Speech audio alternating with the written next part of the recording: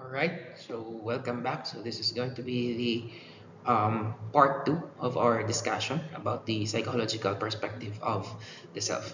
So split ko siya into two parts kay kung itingbon ko siya in one file medyo bugat ka kasi maayawang ka mo in terms of downloading the file. Okay. Sige. So the next psychologist we are going to discuss, or psychological theory that we are going to discuss, is that of Carl Gustav Jung. So to give you a background or to give you a bit of a context, see Carl Gustav Jung, or the idea of Carl Gustav Jung and Sigmund Freud are almost similar. Bali, mas nauna nagsikat si Sigmund Freud and nabasahan ni Carl Jung ang iyang mga ginsulat, and Carl Jung realized that Sigmund Freud's idea are similar to his, or mga ginapaminsan pa lang ni Jung ni idea nasulat na ni Freud. And because of that, they became really close. Medyo naging close sila nga duwa. Ang tawag ni Freud, or as a matter of fact, ang tawag ni Freud kay Carl Jung was the Crown Prince. And not really like Plato and Socrates nga, mentor and mentee relationship sila, but more like correspondence. So they exchanged letters, explaining to each other the ideas of each other, or how similar their ideas are, so on and so forth. And the very first time nga nag-meet si Carl Jung kag si Sigmund Freud, they talked for 13 hours straight, if I'm not mistaken. So just imagine how, or paano nag-go through ang ilang discussion, that in their first meeting, first actual meeting, 13 hours straight sila nga nag-istoryahanay. Okay? So Carl Jung suggested that the psyche continues to develop throughout life, but the psyche starts to show a definite form and content during adolescence. So according to Jung, ang development daw sang psyche or sang self na ginatawag continues throughout our lifetime. And we only begin to have an idea about the concept of this self, or nagkaka-realize na lang that we have this thing called self or identity, or it starts to have a definite form once we reach our adolescence. But if you have, or if you have already observed, most adolescents are not yet quite sure about their identity, pero dira nga start, or dira nga part sang lifespan sang tao nag-start na ang understanding of his own identity, and it becomes more developed the moment that a person reaches middle adulthood. So Jung conceived the structure of the personality or psyche as a complex network of interacting systems that strive toward harmony. And these systems are, or the main systems are ego, personal unconscious, and the collective unconscious.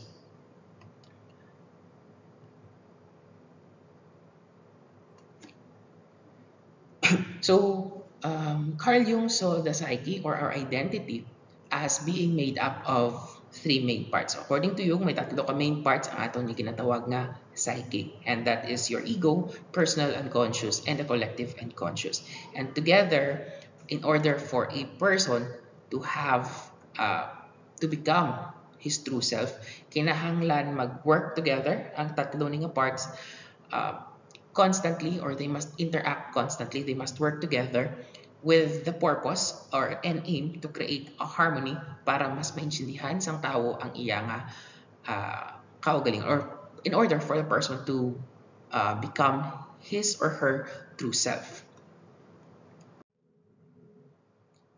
As mentioned earlier, according to Carl Jung, that the three main parts of the self or the identity are your ego, personal unconscious, and your collective unconscious. So isa-isa kung kung ano ba ang ginabuot yung silingon ni Carl Jung. When you say ego, is it different ba, or is it the same sa Sigmund Freud ni ego? What does it mean when you say personal unconscious, and what does it mean when you say collective unconscious? So ego, according to Carl Jung, is one's conscious mind, the part of the psyche that includes perceptions, thoughts, feelings, and memories that may enter the consciousness. So essentially, ang ginahambal ni Jung is that this ego is almost similar sa ginahambal man ni Sigmund Freud about the ego. So this ego is the conscious I, or kumbaga, ang ego nga ni is literal, ang translation sa ego is I. So ang ego nga ni nga ginatumod ni Jung is what you are aware of about yourself. Okay? So, amo ni siya ang part sang self mo nga aware ka kung ano na siya or kung sino na siya.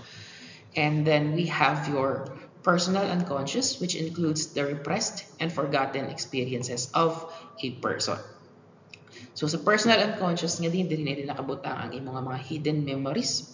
Ay, ang discussion pa ng ligad about the repressed memories, feelings and experiences that you've forgotten or pushed aside, because as I've said, or as we have discussed earlier in Sigmund Freud's theory of the levels of the mind, gina-push naton ang mga bagay nga hurtful para sa aton, either unconsciously or consciously through our unconscious, because that's the way para makacope ang individual with that particular scenario. Okay, so pag intentional ang pag-forget, ang pagkalipat ng tao, that is called as suppression, whereas pag unintentional or unconscious ang pag-move sang memory from the conscious to the unconscious, then that is referred to as your repression. Alright? Now, the main difference between Jung's idea and that of Sigmund Freud is his concept of the collective unconscious. So Sigmund Freud did not really mention anything about the collective unconscious. So for Carl Jung, may ginatawag daw nga collective unconscious, which is consist of the fundamental elements of the human psyche that includes experiences that all humans share or in common. Okay? So, magsiling kitang collective unconscious. These are the deeper inherited patterns and symbols, or otherwise known as archetypes, shared by all human beings. You might be wondering, kumbaga, ang ginanamin ni Carl Jung as the collective unconscious, these are the unconscious na gina-share natin with other people. These are the unconscious that we share with our ancestors. You might be wondering how, paano na siya natabo? Okay? An example of that would be your migratory birds. Okay? Wala man na ang mga migratory birds ninyo nakaagi sa ginatawag nga Migration 101. Wala man na sila kaagi tutudloan. Nga pag nag-change ang weather, kinahanglan nila magsilo. But it is engraved. Kumbaga, ara na sa part nila, which is part of their collective unconscious, that the moment the weather changes, they need to migrate in order to survive. The same goes with your turtle. Okay? Kag sa tawo, may ara kita nga ginatawag nga parehas sina. Okay? And sometimes, this is an explanation why people experience what you call as deja vu. Ara lang daw na-experience mo na before, pero kabalo ka nga this is the first time. But somehow, that experience seems to be familiar. Okay? That could be because it's part of your collective unconscious. So sa collective unconscious nga na, dira nakabutang according to Jung ang mga ginatawag niya nga archetypes. Right? For example, we have this mother archetype. Okay? Ang isa ka babae, kung wala pa siya bata, hindi or bisan pa wala na siya kaagi bata or wala na siya kaagi alaga bata. But the moment niya nagkabata siya or ging paalaga siya sang bata, she knows what to do. So that motherly instinct kicks in. Alright? And that archetypes or your archetypes are only triggered the moment may stimulus nga nag-come in. For example, mother archetype is only triggered or is only activated pag ang babae nakakita or naka-experience ang ginatawag nga pagpadako sang bata. Alright? So, ara na siya nga daan sa iya nga part or sa pagkatawo sa babae. Because as I've mentioned, the collective unconscious is the deeper inherited patterns and symbols. Okay? Kumbaga, amo ni mga napamana or namana naton sa aton yung mga ninuno. These are the unconscious things or mga bagay-bagay nga nabalanta that we share with other people. Alright? Alright, so hambal ni Jung, within the collective o unconscious of a person lies the archetypes, and central to Carl Jung's theory of the self is the concept of archetype. An archetype is a universal thought, form, or predisposition to respond to the world in certain ways, and the archetypes represents the hidden potentialities of the psyche or the total personality. So ang ginahambal ni Carl Jung, archetypes are like universal characters or symbols that live in everyone's mind. Okay, they are inherited, napamana or namana naton from the shared past with our ancestors. And they usually show up in our dreams, in our stories, and even our myths all over the world. All over the world. Okay, for example, a hero archetype, okay, or a hero is an archetype who represents someone who fights to overcome challenges. Which is why, if you have noticed, um, we usually applaud those who demonstrate this heroism, okay? Because it is a shared feeling within us, right? We somehow deep within us there is a hero within. Kag at the moment that it is triggered, as I've mentioned earlier, pag na-stimulate na ina ng archetype, dira lang na siya nagaka-activate. Okay? Sige. Continuing our discussion with the concept of Carl Jung's archetypes, kinahanglan naton tandaan that the archetypes are not something that we are taught. Wala niya ginatudlo sa aton, but these are something that we are born with. Inherent or inherited ni naton kag it shapes how we think and how we behave in life. Alright? So wala na siyang ginatudlo, pero ang ginatawag ng archetype has an influence kung paano ta mag-interact, kung paano ta maggiho or mag-behave in our daily lives. So for Carl Jung, there are four major archetypes. You have your persona, shadow, your animus and anima, and the self. So the persona, ang ginatawag ni Carl Jung, refers to the social roles that individuals present to others. Ang literal na translation sa persona is a mask. So kumbaga, ang persona nga archetype according to Carl Jung is the face nga ginapakita naton sa iban. Okay?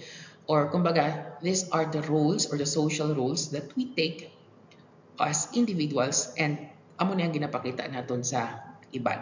Alright? Whereas the shadow is the opposite of this persona. Okay, so this refers to the repressed thoughts that are unacceptable and often considered as the dark side of the psyche. Well, though it is termed as the dark side, the shadow is not essentially evil. Hindi na iya malain ang shadow. Pero, pag magsiling kita nga shadow, amo na yung mga bagay-bagay nga wala naton ginapakita sa iban. Okay? Ginaprojecta ang persona para matago ini nga shadow because sometimes these things are unacceptable. Okay? It's either unacceptable to you as a person or it's unacceptable to other people. Alright? For example, if you have noticed, or siguro may mga experiences man kamong amo sini, may mga tao nga arang medyo tikalon. Okay? Butang pa na lang yung tikalon. Mga tikalon, harap lang kung mag-asta, abi mo daw sila ang kabalusang tanan, daw isug-isugid sila, grabe sila mag-project nga amo ko ni, amo ko na, so on and so forth. Okay? A possible explanation of that is the person nga nagakakita naton as tikalon is the persona nga ginapakita or the mask nga ginawear sila nga tao to hide something in him. Okay? Pasensya na nga daan but familiar man kamo siguro sa saying sa aton nga kultura as Ilonggo nga basta gani kuno putot tikalon. Okay? It could be a way because amo na gani kulang sila sa height. It could be a way kung nga ginatago nila ang ina nga shadow, which is that they are insecure of who they are. Insecure sila sa ilang kaugalingon because they lack height. Right? Medyo nanubuan sila sa ilang kaugalingon. So as a result of that, they try to project someone who is confident. To the point nga ginatawag na sila nga tikalon. Okay? It's manifestation of that persona and shadow. So the persona is what you see or anong ginapakita niya sa inyo bilang isa ka tikalon, kag ang shadow nga na is kung ano man ang ginatago niya. Amo na gani nga medyo kulang sila sa height or may insecurities sila as a person, amo na ang ginatago sa shadow or ginatago sa persona ang shadow. Okay? So next is we have the anima and the animus. So anima is the feminine side of the male psyche or the male identity, while animus is the masculine side of the female psyche. Okay, so ang anima kag animus kani is what allows both genders to exhibit characteristics of the opposite gender. So ang anima is the feminine side of the male psyche. This is the one that allows the males to have emotions or to demonstrate emotions. This is what allows males to have feelings, to cry kung kinahanglanon nila. Kaya if puro lang animus or puro lang masculinity ang may ara sa lalaki, siguro dugay na naubos ang kalalakihan since we know that if lalaki gani medyo aggressive, medyo confrontational, medyo isog-isog sa tanang bagay, kag kung hindi nila kaya i-acknowledge ang ilang emotion, dasig sila mapatay kay ginakimkim nila, so hindi nila ma-let go, mas nagiging problematic para sa ila, so on and so forth. On the other hand, animus is the masculine side of the female psyche. Okay? Usually, pag ginhambal natin nga babae, they are very passive. Okay? Medyo hindi sila confrontational. Ang animus nga ginatawag ni Carl Jung is what allows females to become assertive. Okay? Kahit kung ang mga babae hindi magiging assertive, hindi kayang tindugan, hindi magka-masculine characteristics ng mga babae, medyo mabutang sila sa disadvantage because in relationships, let's all acknowledge it, may mga lalaki gidya nga basura. Okay? You know what I mean? Basta toxic kayo. And if hindi na mag-acknowledge or hindi na mag-manifest ang animus nga ginatawag ni Carl Jung as part of the female psyche, tanan na lang nga babae magiging pushover. Hindi niya kaya tindugan ang iyang kaugalingon or panindugan ang iyang desisyon. Hindi niya kaya mag-stand up para sa iyang mga rights. Alright? And lastly, we have the self as the central archetype that unites all parts of the psyche, and the ego is the individual's conscious perception of the self. So according to Carl Jung, ang self daw is the central archetype. Kumbaga, kakilala ka mo sa jigsaw puzzle. So the self daw is that jigsaw puzzle na kung sa diin tanan nga pieces are all clumped together. Okay? It's the deepest, most complete version of you, and it's the central archetype that brings your conscious mind, your unconscious mind, and all your different sides into a whole. Kung baga, si persona, si shadow, si animus, kag si anima, si hero, si mother, tanan ka archetypes, even your unconscious, your conscious, dira na tanan nagatipon sa ginatawag nga self. Okay? And the ego, according to Carl Jung, is just your everyday awareness and how you see yourself right now. It's like a small window looking into the full house of your psyche, while your psyche is the entire house. Okay? Or yourself is the entire house. So kumbaga ang ego is like a window, parang bintana siya nga kung sa diin makit-an naton kung anong ara sa aton nga self or sa imo nga sa imo nga identity. Whereas ang ginatawag ni Sigmund Freud na lang kay ni Carl Jung nga self is the totality or the entire house itself. So, hamba ko gina, dala na da ang inyong conscious, kag inyong unconscious, dala na da ang inyong tanan nga archetype. So, the self is your total, true you, and the ego is simply the part of you that you're aware of at the moment. Alright? Nag-get si Carl Jung? Next is we have again Sigmund freaking Freud. Okay, so I will not go any deeper sa discussion ng Sigmund Freud of the id, ego, and superego kay natapos na naman eh. So again, recap lang siya. So there are three structures of personality, or there are three provinces of the mind according to Sigmund Freud. That would be your id, ego, and superego. And to clarify, or to um, tawag na, to give a recap, the id is the pleasure-seeking side, which is the impulsive and childlike and cannot delay gratification. As I've mentioned before, your id is your pleasure principle. Kay gusto niya, ara dayon.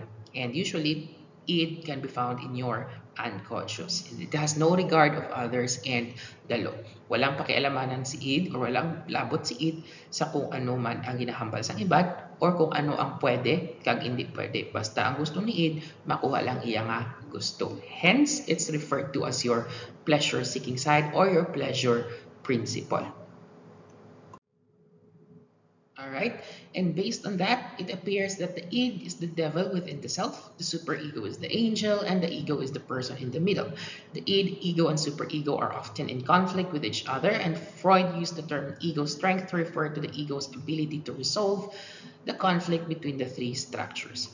If the constant state of conflict is unresolved, personality problems may arise. Okay? As we have discussed from our previous discussion of Sigmund Freud, bako gani, your id and superego or your id, ego, and superego are sometimes in conflict with, or most of the time, in conflict with each other. Because again, ang gusto yan ni id is instant gratification, whereas ang gusto naman ni superego is dapat insakto ang gusto ang imo nga obrahon. Kag si ego, being your reality principle, is the one that mediates between your id and your superego. So, kumbaga, si ego ang nagapudyot sa kay id kag sa kay superego, kag nagabunggo sa ilang duwa, kag nagahambal nga, oops, amo ni dapat ang obrahon. Okay, so Freud used the term ego strength. Actually, it was not Sigmund Freud who first coined the term as ego strength. It was more of the neo-Freudians, your mga psychologist after na ni Sigmund Freud, like Erik Erikson, Karen Horney. Okay, so sila na sa ilan na nagalin ang concept of ego strength. But nonetheless, Sigmund Freud highlighted the importance of the development of the ego para ma-resolve ang conflict between the three structures. And if you have remembered, we have discussed from the philosophical perspective of the self that according to Sigmund Freud, the more developed the ego is, the happier the person becomes. Okay? Kaya niya, or at least pag si ego ang in control, hindi masyado mapagustuhan ang gusto ni id, kag hindi man masyado demanding ang gusto ni superego. Okay? And if hindi na siya ma-resolve, or kung wala ka siyang ginatawag ng ego strength according to Freud, personality problems may arise later on. Alright? So in Freud's view, the id, ego, and superego develop in a series of stages. So according to Sigmund Freud, ang id, ego, kag superego wala nag-appear at the same time in a person. Okay, so when a person is born, sa bata pa ang person, wala pa na siya sa ginatawag na ego kag superego. So usually, ang nag-una develop is the id, which is your basic desires. Tapos, at around the same time, during your childhood years, nagkaka-develop ang ginatawag na ego and superego. And Freud called this the psychosexual stages of development that progresses through 5 stages: your oral, anal, phallic, latency, and genital.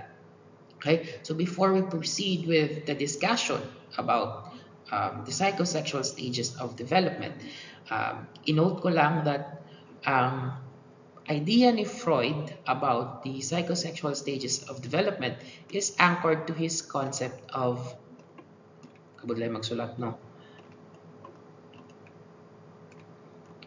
Libido. Okay? Ang rough translation sina is energy. Okay? Hindi ko na pag-isulat kay medyo kabudlay magsulat. Okay? So, ang rough translation sa word niya na is an energy. It's not really sexual drive, but more on the energy. And ang premise ng iyang ginatawag na psychosexual stages of development is that sa kada stages ng development, ang libido nga na or ang energy nga na can be found in different parts of the body. So sa isa ka stage, sa lain siya nga parts ang body makitaan. Sa another stage, sa lain naman siya nga parts ang body nga makitaan. Kag kung sa diin ang libido nga na nga ginahambal ni Sigmund Freud, dira man na makitaan or dira man na nagkakakuha sang individual ang ginatawag nga pleasure.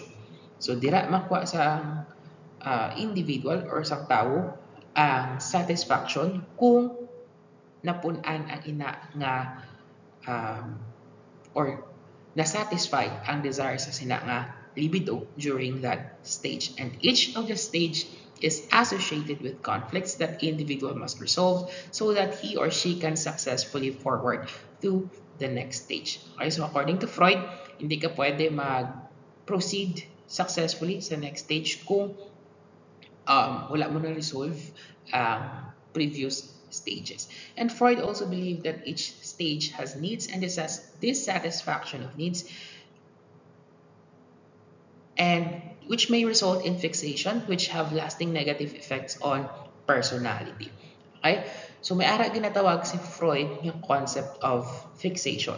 Ang fixation nga ginatumod niya is if di ba hamba ko kagina, ang libido can be found on the different parts of the body. Now, if part niya na sa body during that stage is overly satisfied, medyo natamaan siya, ka-satisfied, medyo king paboran siya sa masyado, or if na-deprived siya or dissatisfied siya kaayo, it can lead to what he called as fixation. Okay? Or, kumbaga, ang libido, wala na nag-transfer or ang source of pleasure sa tao, wala na nag-transfer to another part of the body which is supposed to happen, but rather dira na lang siya nag-stay. Okay, so nagiging fixated ang tao sa dira lang nga part. Okay, so we will learn later kung ano na siya mga ginatawag nga fixations. Okay, so the first stage of Sigmund Freud's psychosexual stages of development is your oral stage. Okay, and this usually happens from birth to first year of life. So babies derive pleasure from oral activities like sucking and biting. So sa diri nga part, ang libido or ang energy na ginatawag ni Freud can be found sa baba sang tao. Okay, which is why babies derive pleasure from oral activities. Ano usually yung ginaobra sa mga bata? Di ba kung i-point mo ang iputang mo di imong tudlo sa ilang cheek, the tendency of the child is to move or to turn his or her head towards that object kag iya nga supsupot. Okay? Hence the term oral stage because libido can be found sa baba sa tao. Alright? And overindulgence, kung masyadong nasatisfy si person during that stage ng iyang development, it may lead to oral incorporative personality disorder such as overeating, smoking, and alcoholism. So kung medyo natamaan ang tao or medyo nasubrahan sa kasatisfied ang tao as a result ng fixation during that stage, tendency is pag nagdako or the moment or pag na-develop na naging adult na ang tao, it can lead to personality disorders such as overeating. Arang kita mo naman naguro sa mga tao nga wala kabulusgan, galamon lang nga galamon. Smoking, kay they tend to smoke or they do smoking because gusto nila nga may ara something sa ilababa because that is where they derive pleasure. And even alcoholism. Okay? May mga classmates man tao, mga kilala man ta siguro nga nagakit-kit sang punta sang lapis or nagakit-kit sang punta sang ballpen. Freud's explanation for that is that it could be that the person has been orally fixated. Amo na kung nga agakit-kit siya sang ballpen, kung nga kaperte siya pakaunon, right? Because of that overindulgence na natabo during the oral stage of the person. On the other hand, dissatisfaction may lead to oral aggressive personality disorders such as sarcasm and tactlessness. So, paano kakatabo ang dissatisfaction? For instance, kung ibutang sang bata di iya nga kamot, sa iya nga baba ginakwa dayon sa primary caregiver. Wala niya ginapasubsob kaya hamba ko no, buslo ang unto. Okay? So, as a result, kaya wala na satisfy, may dissatisfaction. Diba? So, it may lead to oral aggressive personality disorder. Okay? Like for example, sarcasm. Sarcasm is saying something nga wala umang ginabuot silingon pero gina-exaggerate mo. Okay?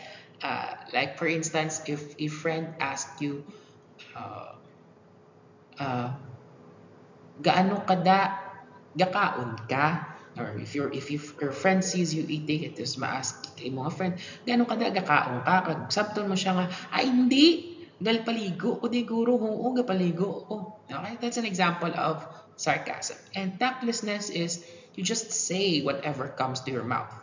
Okay?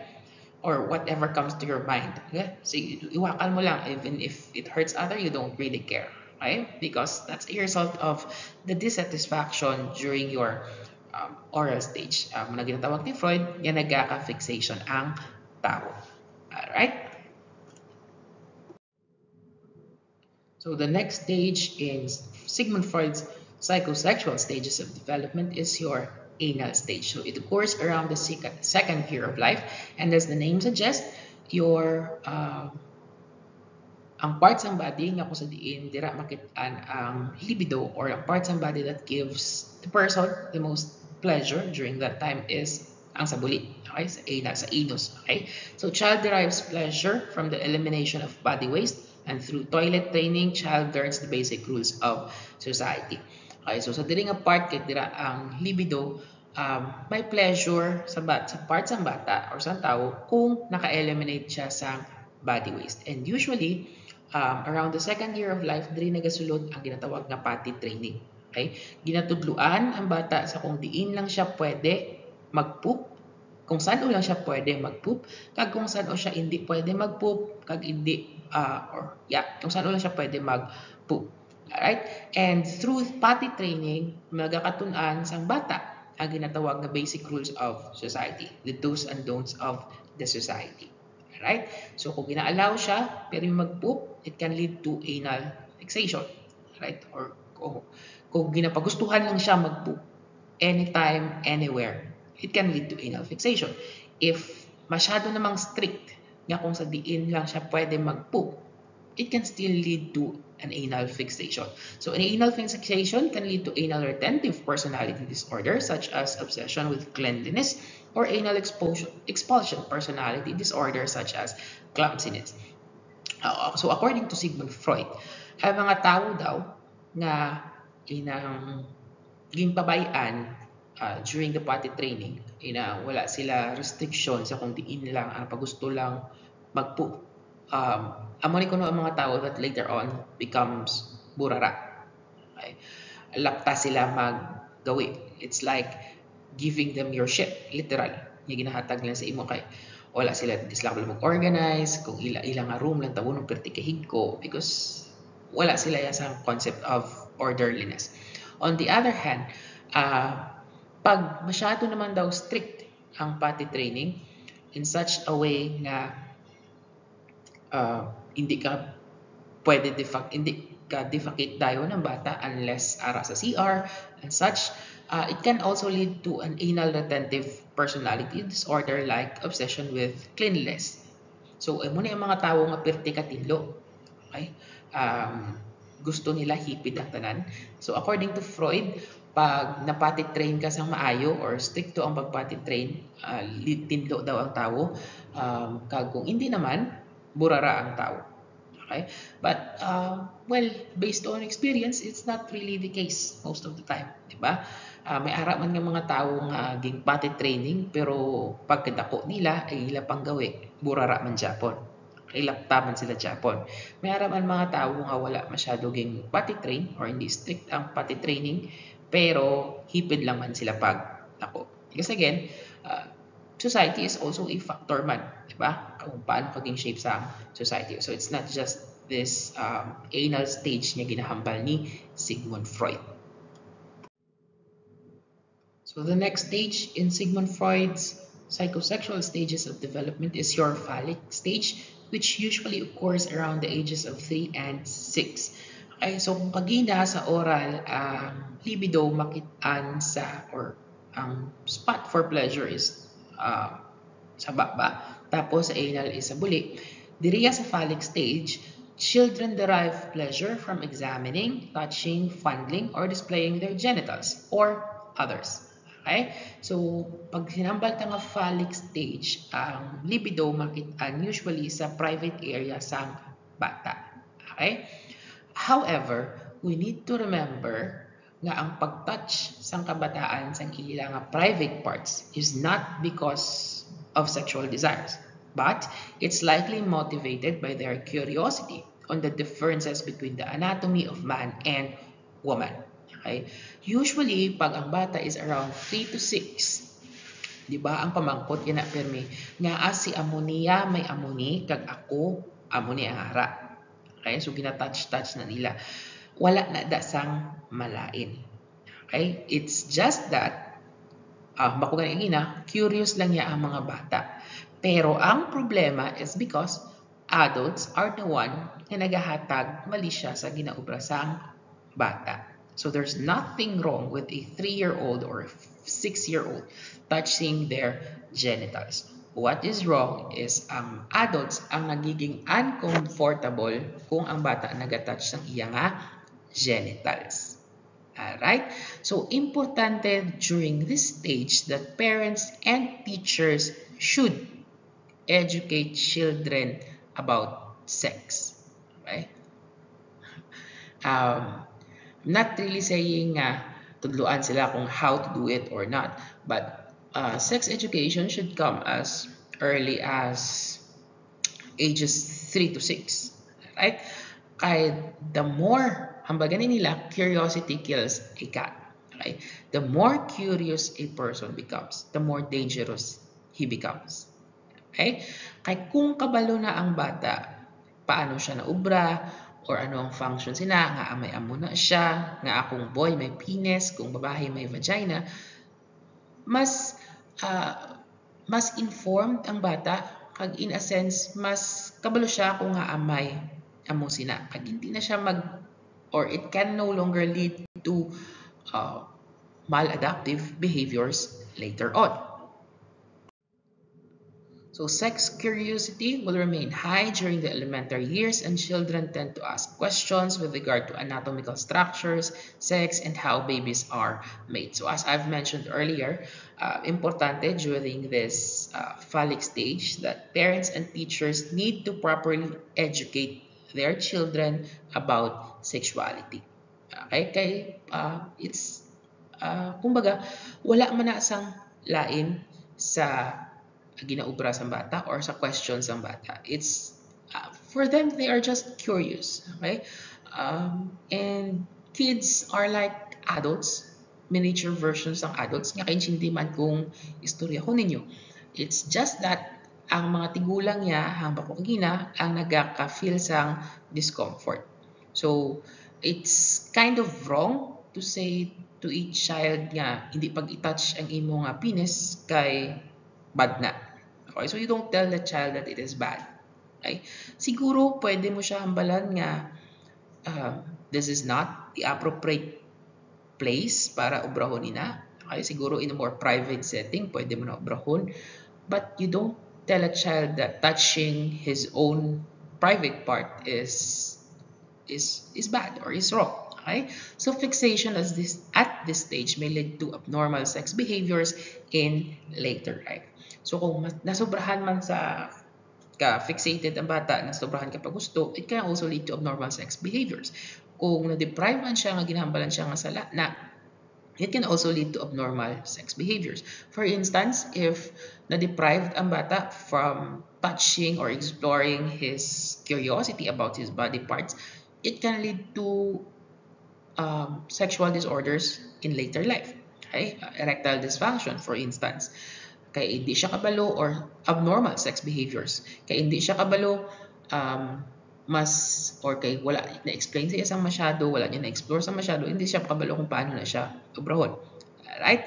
So, pwede nga maka-exhibit siya sa mga abnormal sex behaviors like forcing women to have sex, or pwedeng maka-experience ng premature ejaculation or erectile dysfunctions in the later life of the child. Right? And usually in the phallic stage, this is when, yeah, I think this is one. This is when nag-start na develop si ego pag si super ego. So the fourth stage is your latency stage. So this lasts from age 7 to 12. And for this part, sexual energy is repressed because children become busy with school. Kumbaga, ang hambal ni Freud during latency stage, it's not that nadula ang imong libido or nag-disappear right away ang libido, or you don't wala ka na sang pleasure or area sang lawas nga ka-experience ang pleasure. Hambal lang ni Freud is that nagaka-repress lang siya or lie low siya, naga-die down siya because during this stage, ang kabataan busy na sa ginatawag nga school. So may ara na sang activities outside the home, may ara na sa mga assignments, quizzes, plays with friends. Okay, so medyo naga-die down na siya. Alright, so latency stage lasts from age 7 to 12. Okay, so 7 to 12 is usually your school year. So from elementary to maybe first year high school. Alright? And the last stage would be your genital stage. So this happens during adolescence to adulthood. So kung ang last nakagina sa phallic na stage, ang source of pleasure or ang erogenous zone for the person is the genital. Here sa genital stage is again the pleasure is again derived from the genital area, and the individuals seek to satisfy their sexual drives from sexual relationships. So during this time, adolescence to adulthood, diri na nag-start ang mga romantic relationships, ang boyfriend, girlfriend, so on and so forth, okay? And it's a response of the individual para i-satisfy na nga sexual drive niya or iyang libido, okay? However, sexual problems may result as a consequence of inappropriate sex behaviors. So, hambal to kagina sa imong phallic na stage kung wala to na-resolve issue ni person during that time, it could still manifest during the genital stage. Alright? So, kung wala na properly educate si individual, it can result into sexual problems because of inappropriate sex behavior. Okay? Pwede nga mangin masyadong aggressive si lalaki, for example, and kung hindi siya well educated, that during intercourse, the female should be properly lubricated, then it could lead to painful experience on the part of the female or inappropriate sex behaviors like mga ano tawag da nagapakita gulpis ang ilang mga genitals, exhibitionist ba tawag doon, naga-flash sa ilang mga genitals because they don't know, or some would say that let's do it standing kay hindi ko na magbusong kung nagatindog, diba? Because they were not properly educated. And to point out again, it's important to have or to highlight again, it's important to have the proper sex education for children as early as 3 to 6. Okay? Again, I'm not saying that you should or we should teach children how to have sex, but rather you teach them how our babies made, what's the purpose of those parts, why do they have that and others don't have that. Alright?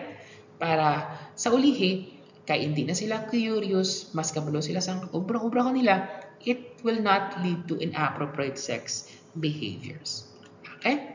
So that's the concept of Sigmund Freud about the psychosexual stages of development. Okay? And finally, the last psychologist or the last psychological theory that we're going to discuss about the self is that of Erik Erikson's psychosocial stages of development. Okay, just to give you a context, um, ang, di ba, I've already mentioned before that in trying to understand the theories of people, you also need to have an idea or a background about the person or the proponent's background. Kaya most of the time, that background of the proponent has an implication or has an impact or an influence on his or her theory. Okay? So, ang kay Eric Erikson yung psychosocial stages of development essentially highlighted the importance of identity development. And if we look back, or just para mas maintindihan ninyo, si Eric Erikson was uh, born in a family na kung sa diin hindi niya kilala ang tutuod niyang or ang biological father ni Eric Erikson. Okay, so ang Erikson ang apelyido is iyan ay ang iyang stepfather.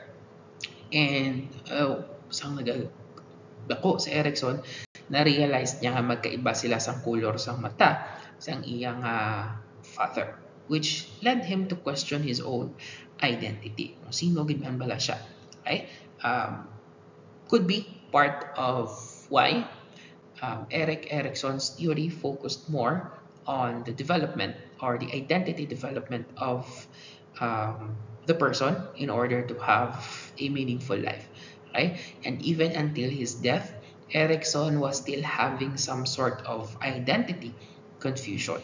Okay? Kay, um, a different flag is displayed on his house.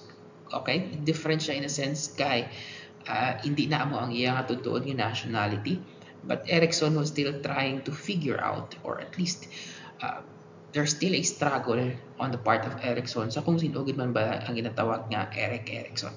Okay? So in Eric Erikson's theory, adolescent stage is a period of identity development.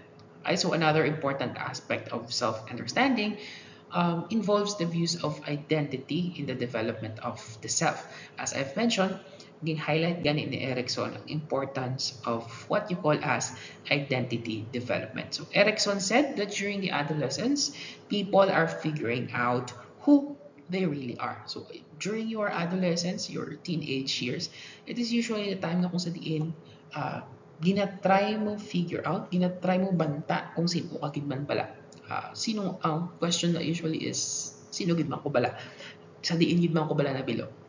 So to do this, teens often need to step back from their parents' rules and expectations so they can explore their own ideas, values, and goals. So identity formation is usually viewed as a process that requires adolescents to distance from the strong expectations and definitions imposed by parents and family members. So ang ginahambal ni Eric Erikson nga identity development is not, or according to him, should not be anchored on kung ano ang ginahambal sa iba. Okay, so the essence is that teens during this stage need to distance themselves from parents kay in order for them to discover a personality or a personal identity na ila mismo, that is something authentic sa ila, something that is organic in them and not just simply living by someone else's definition. Kay kung sa parents ta, especially in our context in the Philippines, usually ang parents or ang significant figures in the family have a say sa kung ano ang pwede mo lang amangin, pwede nga mangin ikaw kag kung anong hindi. Case in point, even your courses. Diba? We have already discussed that a course choice is still part of your identity.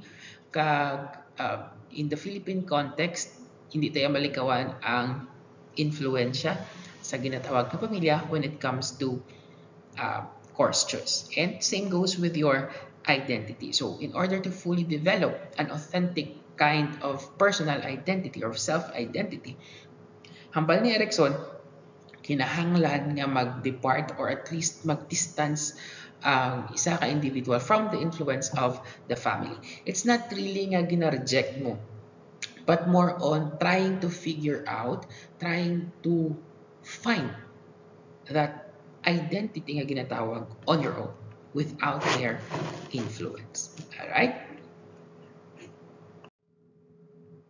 So to achieve an individual identity, according to Erickson, one must create a vision of the self that is authentic and having hold of one's destiny in an effort to reach goals that are personally meaningful. So Erickson believed that para mas maintindihan mo ang imo nga kaugalingon or para mas tuod mo gid maintindihan ang imong kaugalingon, makilala ang imong kaugalingon, you need to form a clear and authentic vision of who you are. Okay, you need to adolescents need to depart from the influence of their parents. Okay, because kung hindi sila mag-depart, then their own identity is just a mere copy from other. Okay, so this means you take charge of your own path. Okay, you make choices that matter to you and not to others, and you need to work on the goals that feel meaningful to you personally. Okay? So Erickson's theory proposes that individuals go through 8 psychosocial stages of development, and while Erickson believed that each stage is important, he gave particular emphasis on the development of the ego. So according to Erickson, kada tao daw go through stages of development, specifically 8 stages of psychosocial development. And for each stage, may ara sa ginatawag nga challenge nga kung sa diin or crisis nga ginatawag ni Erickson nga kung sa diin kinahanglan na i-overcome sa individual para maging successful siya in his later life. Okay? And although Erickson highlighted that each stage is important, gintayaan emphasis ni Erickson ang development sa ginatawag niya nga ego. Okay? That is the growing sense of the self that helps you make decisions, stay true to your values, and handle life's challenges with confidence. Alright? So the ego is the positive force that contributes to identity formation and lays the foundation for certain strengths and virtues in life. So ang bako nga igina, although nag-highlight ni or mention na Erickson that there are 8 psychosocial stages of development, gintagaan naman importansya ginatawag niya nga ego development. Okay? And hambal ni Erickson, the stronger your ego becomes, the better you are, or the better you can direct your own life. Or the stronger the ego becomes, mas kaya sang isa ka tao to direct or to find his own identity. And each stage, as I've said earlier, consists of developmental tasks that one needs to accomplish in order to develop successfully. And during each stage, the person experiences a life crisis which could have negative consequences if not properly resolved. So sa kada 8 stages nga ginahambal ni Erickson, may ginatawag siya nga crisis nga kung sandiin kinahanglan na i-resolve sang tao para maging productive or para maging positive ang iyang life. Because if not, it could lead to negative consequences. Alright? And usually, pag naghambag kita nga sa psychosocial stages of development, the previous stage or the success or failure of an individual in the previous stage will have somehow an effect on or somehow medyo maapektuhan man ang success and failure niya on the next stage. Okay, so these are the psychosocial stages of development according to Erik Erikson. So I will not be going into the details or so much into details about the psychosocial stages of development, but the purpose really is just to give you an overview or a background kung ano ba ang ginatawag na psychosocial stages of development ni Erik Erikson. And I think this is also being discussed man sa inyong Prof. Ed sa mga PE Ed majors. But since you are not really psych major, so we will not really dig deeper sa kung ano lang RD. So this is just kumbaga to give you an overview on ano bang ginahambal ni Erik Erikson nga psychosocial stages of development. So first, we have your infancy stage, which happens from 0 to 18 months.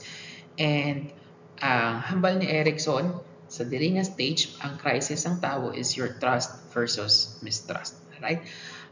We have to remember nga kung ang edad ng bata is 0 to 18 months, hindi niya pa na kaya alagaan ang iya kaugalingon. kung magutom siya, hindi niya pa na kaya magtimpla dide para sa iya kaugalingon. Kung say for example, nangihi siya, kinanglan niya mag-change diaper, the baby cannot do that. Okay, so in a nutshell, pag ginambal natin yung infancy stage, ang significant other na diri would be your caregiver. Because infants at this stage is at the mercy of the caregiver. Kaya hindi nila kaya pa obrahon ang mga bagay-bagay. Okay? Now, if babies are cared for with love and consistency, according to Erickson, makadevelop siya sa ginatawag na trust. Okay? Mas magiging trusting siya towards other people. Kung wala naman, kung pabaya, for example, si caregiver, makadevelop siya sa ginatawag na mistrust. So for instance, kung ang bata nagahibi, kung maghibi ang bata tapos consistent be ang paghatag ni caregiver or ni parent sa iyang mga needs, sa iyang pagkaon, ginakuha siya dayon, gina-comfort siya, makadevelop ang bata sa ginatawag na trust. On the other hand, pag gakapaos na ang bata sa hibi pero wala may nagaabot nga caregiver, wala nagaabot ang kinahanglanon niya, makadevelop siya sa ginatawag nga mistrust. And according to Erickson, there should be a balance between the two para makadevelop sa ginatawag niya nga virtue. Balance in a sense nga hindi pasubrahan ang isa sa isa. Pero that balance is leaning towards the positive one. So in this case, it's a balance between trust versus mistrust, pero syempre with the leaning towards trust. Right? Kaya syempre, kung puro trusting na lang ang bata, pag nagdako siya, magiging gullible ang bata. Hapos siya intuon. Right? So, hindi man pwede nga sobra-sobra sa mistrust. So, a balance between the two. Kung na-achieve mo daw na or na-resolve mo na ang crisis, according to Erickson, the person develops the virtue of hope.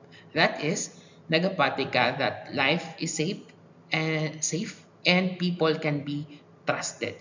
So, hope in our own language or in our own understanding, pag maghambal kita nga hope, it is kabalo ka nga ang gusto mo or ang kinahanglanon mo wala nagaabot dayon, pero gapati ka nga that need or that want or kung ano man ang gusto mo will eventually arrive. Okay? So, ang pagkinahanglan mo nga halin sa caregiver will eventually arrive. Not now, but later. Okay? So, kung may balance or na-resolve ang conflict of trust versus mistrust, according to Erickson, makadevelop ka sa virtue of hope. Alright? So, second stage of psychosocial stages of development in Erickson is your early childhood, which happens from 18 months to 3 years. Okay? Usually, pag 18 months to 3 years, diri na super likot ang mga bata. Okay? So, it is time where toddlers want to do things by themselves, like walking or feeding. Gusto nila na sila na lang. Alright? And ang crisis, according to Erickson, is your autonomy versus shame and doubt. Okay? So, kung ang bata nagalakat-lakat, for example, or nagaubra siya sa iyang gusto, nagapili siya sa iyang suksukon, for instance, or gusto niya mag-explore, kag ginapabayaan siya sa parent nga mag-explore, it builds confidence. Mas nagiging confident ang bata sa iyang ginaubra. Okay? Pero kung permi siya ginapunggan, gina-criticize ang bata, it can lead to shame and doubt. Okay? Doubt in a sense nga kaya ko gud man ba ni obrahon? Like for example, kung ang bata magpili sa iyang bayo, tapos ginapasugtan sang parents. So, in a sense, nagaka-develop sa bata nga, kaya ko gali ang ginatawag na mag-decide sang bayo or mag-decide sa ginatawag magpili sang bayo. On the other hand, pag pagpili sang bata sang bayo, ang balan siya sang parent nga, kalaw ay mana, hindi ka na magsuksok or amo lang dapat to, hindi na pwede. Okay? It can create shame and doubt on the part of the child. Okay? So, they will start doubting their decisions. Okay? And, hambal ni Erickson, if na-resolve ang crisis of autonomy versus shame and doubt, maka-develop ang bata sa ginatawag nga virtue, nga ginatawag nga will, which is having the determination to do things independently. Okay? So kung ginapabayaan sila, most of the time may autonomy ang mga bata, maka-develop siya sa ginatawag nga will. Arang will is your belief ya kaya mo obrahon ang isa ka butang without, or the determination na kaya mo obrahon ang isa ka butang out of your own volition or independently from others. Alright? Sige. So the third stage of Erik Erikson psychosocial stages of development is your preschool stage, which happens from 3 to 6 years of age. And here, usually, kung 3 to 6 years, nag-explore mga bata. So this is where kids start making plans and trying new things. So nag-explore mga bata, curious sila during this time, nagakuti-kuti. Okay? And according to Erikson, ang crisis during this stage is your initiative versus guilt. Okay? Kung ang bata mag-explore kag gina-suportahan or gina-encourage, or not necessarily ginatudluan, but ginapabayaan lang, ginapagustuhan nga mag-explore sa caregivers or sa parents, mas nagkaka-develop sa bata ang ginatawag nga initiative. Okay? They feel more capable of doing things. Okay? Pero kung ginaakigan dayon ang bata the moment they explore, mas nagkaka-develop ang guilt sa part sang bata. Okay? For example, kung ang bata nag-pile up sa mga ulunan, ipangkuha niya ang mga ulunan sa inyong katre, sa inyong balay, ang mga almohadon, sa inyong sala set, tapos iobra-obra niya nga fort or ginobra-obra niya nga base niya. For example, kung supportahan na siya sa parent, it would make them proud for taking that initiative. Pero kung ginakigan na siya dayon, nga, ay, hindi ka na mag-amusin na, kaya kalapta lang sa imo, that would develop a sense of guilt on the part of the child. Alright? Another example, kung ang bata nagkuti-kuti sang remote around 3 to 6 years of age, nagkuti-kuti siya sang remote sang TV. Okay? Tapos, instead niya akigan siya sang parent, kaya maguba ang TV, gigpabayaan lang siya, ging-explore lang siya, ging-appreciate siya, nga kabalo siya gali magamit sang remote, maka-develop sang initiative on the part of the child. Okay? And if na-resolve na ang crisis, according to Erik Erikson, maka-develop siya sa ginatawag nga purpose. Okay? That is, you are feeling free to try new things and set goals. Okay? So kay may purpose, okay, ipabayaan ka nga ma-develop ang initiative kesa sa guilt, or mas na-develop ang imong initiative, may sense of purpose na ang tao sa iyang kaugalingon. Okay? So you feel free to try different things. Okay? Kumbaga, feel mo nga may purpose ka because you can do things that you really want. Okay? Sige. Now, going to the fourth stage of Erik Erikson, which is usually on your school age, which happens from 6 to 12 years of age. So here, the children learn skills in school and through activities. So sa diri nga part kay ang 6 to 12 years ngani, or from age 6 to 12 years old, usually kids spend their time on school or at school. Okay, so ang pinaka factor dire is your teachers. Right? So, sa school, nag-learn ng mga bata sa skills using their activities. Kag kung may mga praises siya nga nagakabaton coming from their teacher or sa teacher, drawing siya, masiganan sa ka-teacher nga, wow, kanami gid sang imong drawing. I like your color choice, I like your muni, and so forth, so on and so forth. So it builds confidence sa bata, or it builds a sense of competence nga kaya niya obrahon.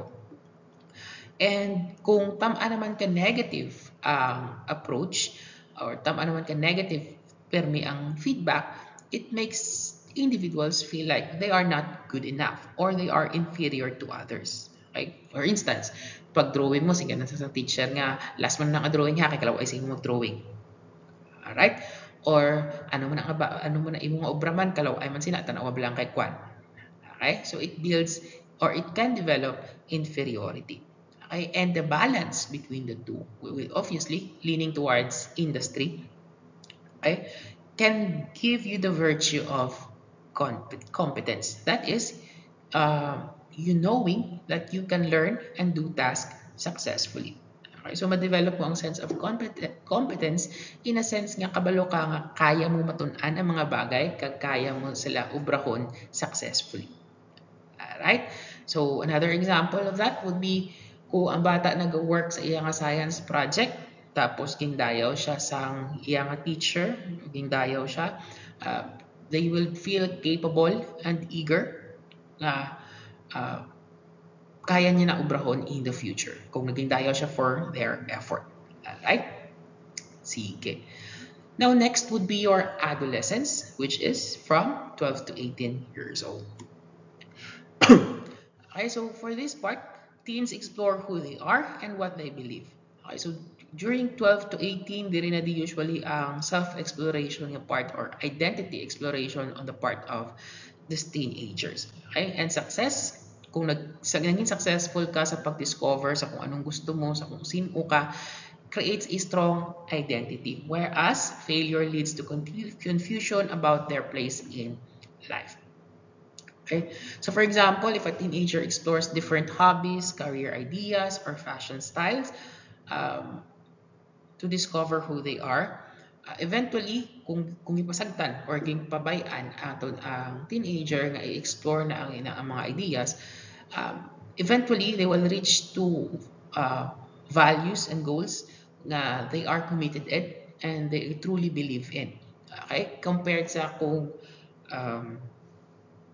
masyado siyang gina-restrict, hindi siya masyado free sa pag-explore sa iyang own hobbies, ang iyang own career, kung may gina-impose, for example, na amo lang ni dapat ang hampangon, amo lang ni dapat ang imong obrahon, it can lead to role confusion. And that is, hindi kabalo ang individual nga na kung sinugid man ba siya. Ano ba dapat ang gampanan niya? Okay? Kag kung na-resolve na asang teenager successfully ang ina nga issue or ina nga crisis between identity and role confusion, it can lead or it will lead to the virtue of fidelity. Ang fidelity din nga ginatawag is not fidelity when it comes to relationship nga pag isa lang ang partner, dapat isa lang kay fidelity kabay.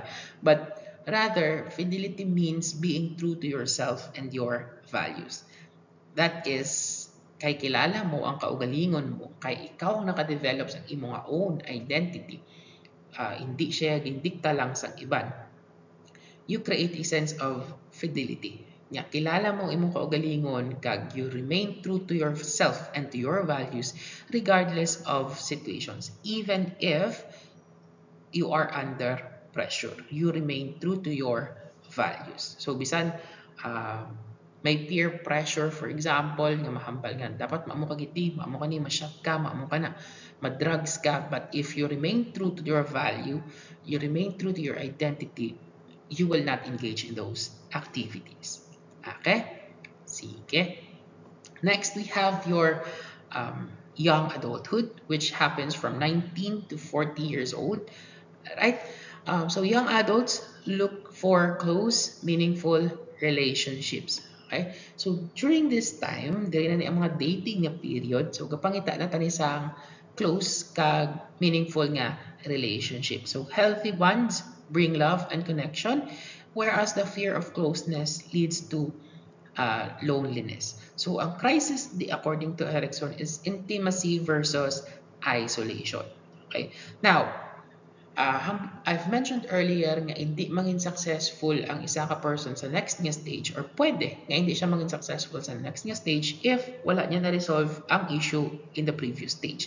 Now, kung sa fidelity pa lang or sa teenage years pa lang, teenage nga stage, wala na-resolve ni individual or ni tao, for example, wala siya nakadevelop ng virtue of fidelity in such a way na hindi niya kilala kung sino siya. May role confusion siya. Hindi man siya makadevelop sa ginatawag nga intimacy. Okay? Kaya paano niya ihatag ang iya kaugalingon sa iban kung siya mismo hindi niya baton o hindi niya kilala ang iya kaugalingon? Ano nga kaugalingon ang iya nga ihatag? So, pwede na hindi siya Japon makadevelop sa ginatawag nga intimacy. Alright? And kung where was I? Okay, so love. Okay? And kung na-resolve or naging successful si person sa pag-resolve sa intimacy versus isolation, ma-develop niya ang ginatawag na virtue of love. And that is, pag ginhambal mo nga love, he is able to build deep and caring relationships with others. Okay? Again, kung wala siya na-resolve or may mga issues siya from the previous stages, pwede nga maapektuhan man ang iya nga pagiging successful sa next nga stage. Okay? For example, kung may mistrust sa part sa bata o balikon tahalin sa infancy, kung may mistrust nga na-develop sa iya, obviously, hindi siya maka-form sa ginatawag nga intimacy. Okay? Kaya syempre, mas nagiging less trusting siya sa tao. Alright? So, hindi siya ma-develop ang virtue of love. Okay? So, seventh, second to the last na.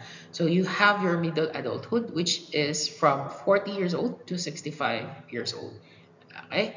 And sa diri nga part, hambal ni Erickson, ang adult daw wants to contribute through work, family, or helping others. Okay? And the crisis nga may-ari diri is generativity versus stagnation. Generativity is a sense nga kung sa diin or is a concept nga kung sa diin pamatyagan mo may purpose ikaw sa kabuhi. Okay, or you give something back to the community, because if you look at the time frame, medyo palunod na ang adlaw sa imo during this time. Kumbaga, lapit ka na lang sa kamatayan, di ba? Okay, so ang purpose ng isang tao is to give back, parang ganon. Parang gusto mo mag-contribute to the society in general, gusto mo maging productive na part sa society. It's either through family, okay, pag naging successful ka as a family member, for example, or through work, or through helping others.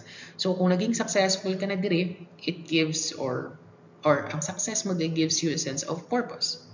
And kung feeling mo, if you look back at your sa gigubra mo, if you feel like nagiging unproductive ka, it can lead to stagnation. Okay? Kaya kung paglantaw mo, wala man purpose in mga kabuhi, wala ka man nagka-partner, wala ka man naging successful, and so on and so forth. And if you realize that it's nagiging unproductive ka, nagiging stagnant ang tao, or may stagnation nga nagkakatabo. And kung ma-resolve na ang issue, it can lead to the virtue of care. And care in a sense that you want to help or guide or nurture others to grow. Alright? So, example of that is a parent, for example, kung na-develop care sa ginatawag na individual during this stage. So, a parent nga nagapadako sa iyang bata because it gives them a sense of purpose. Kumbaga, may reason kung ano buhay siya, or those who mentor their co-workers, or even ang mga nag-volunteer. Okay, so they find purpose in helping others grow. Okay, because they have the virtue of care. And lastly would be your late adulthood, which is from 65 years and above. Alright, so here, kay tapos na ang imong time, manugsira na imong libro, okay, older adults tend to reflect on life. Okay? And ang crisis dire, according to Erickson, is your ego integrity versus despair. Now, if sa pag-look back sa individual, there's a sense of fulfillment nga nabatyagan niya, or may nakita siya nga may na-achieve siya, okay, it brings peace to that individual. or may ginatawag siyang ego integrity. Pero pag ang makitaan niya sa iyang mga past na ibang obra sa iyang mga desisyon are all full of regret and bitterness, it can lead to despair or masubo niya kabuhi. Alright? And if na-resolve na sa individual ang issue during this stage, it can lead to the virtue of wisdom.